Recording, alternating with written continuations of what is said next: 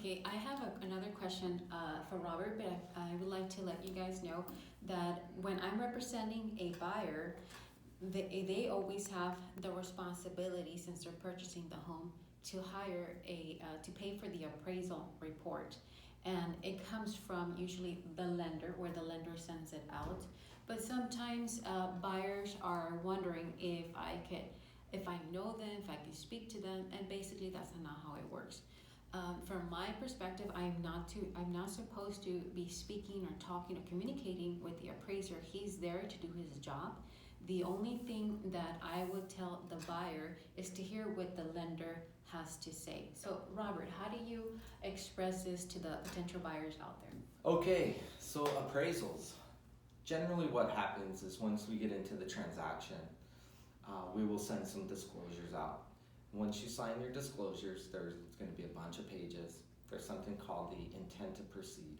So we have to have you sign something called the intent to proceed, and then we can go ahead and order the appraisal. The appraisal generally is paid by the buyer. Okay, we don't know the appraiser as I am the broker, so I work with wholesale lenders and I communicate that information to the wholesale lender. The wholesale lender has somebody called an AMC, that stands for Appraisal Management Company. They have a bunch of appraisers that they randomly pick that are in that area. So, and I don't talk to the appraiser, I don't have any affiliation with him. So it's just a random appraiser that gets picked. But the appraisal is paid up front by the buyer.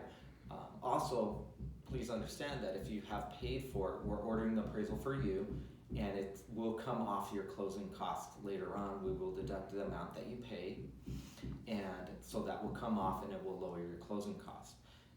Another really big thing too is when you're looking at properties, you want to make sure certain things are done so that appraiser doesn't have to come back out to the property.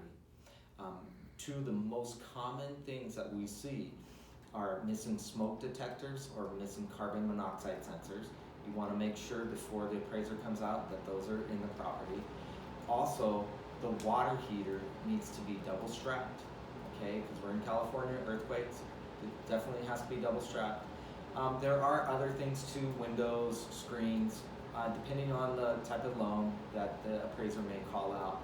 So you really want to just do a general overview with your real estate agent to make sure that those are done or will be done soon after you get into escrow. So you're not having to pay for the appraiser to go out again to get a reinspection report, because the reinspection is also charged to the buyer. So you want to go over that with your agent and make sure that you do those things.